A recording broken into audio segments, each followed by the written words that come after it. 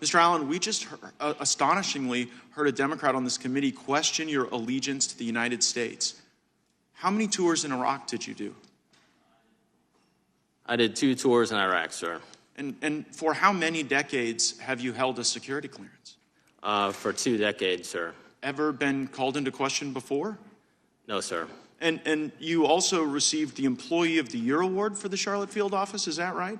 That is correct, sir. Did you receive any medals during your service for the Marine Corps and the United States Navy? I did, sir. As a member of the Marine Corps, I received 2, a Navy Commendation Medal and a Navy Achievement Medal. Seems to me your allegiance to the United States is pretty well established over multiple decades, wearing the uniform, fighting for our country, and I am proud that you continue to fight for our country as a whistleblower here, making a disclosure to the United States Congress. And Mr. Allen, is it your belief that you were retaliated against because you shared an email that questioned the truthfulness of FBI Director Christopher Wray? Yes, sir. And you believed that he wasn't truthful based on testimony he'd given to the United States Senate, isn't that right? Yes, sir. And in that testimony to the Senate, you believe that Christopher Wray indicated that there were no confidential informants and no FBI assets that were present at the Capitol on January 6th that were part of the violent riot. Isn't that right? Yes, sir. Please play the video. We're now going to hear from George Hill, who worked at the Boston field office. The SSA in Boston said they were going to a political rally, which is First Amendment protected activity. No, we're not uploading. We're not starting cases on these people.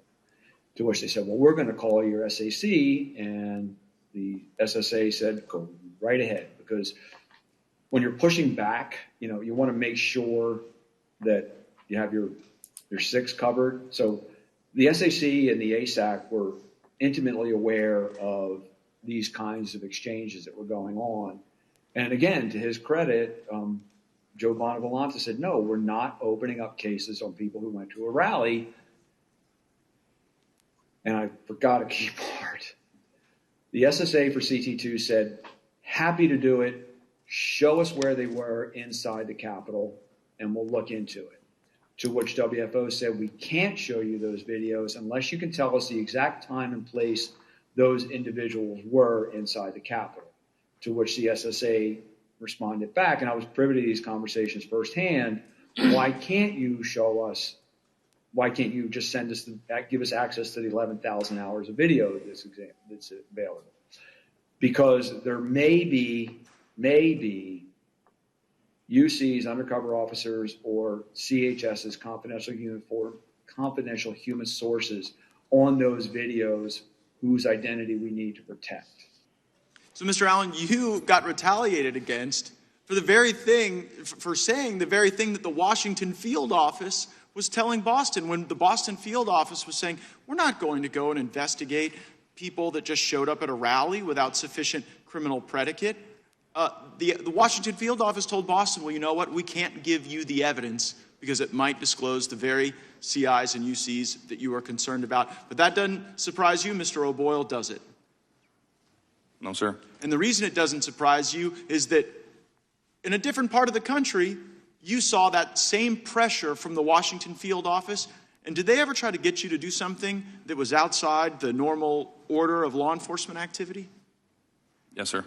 And what did the Washington field office try to get you to do that violated the law and regulations? They tried to get me to serve a federal grand jury subpoena when there was no proper predicate to do so. And the reason there was no predicate was because it was based on an anonymous tip, right? That's correct.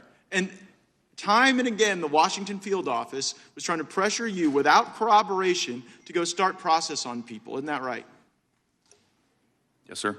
And so while I agree that January 6th was a violent day, a bad day, a day that nobody wants to relive, violence on January 6th doesn't justify weaponizing the government against people who were innocent and did nothing wrong. Thank you for blowing the whistle on that.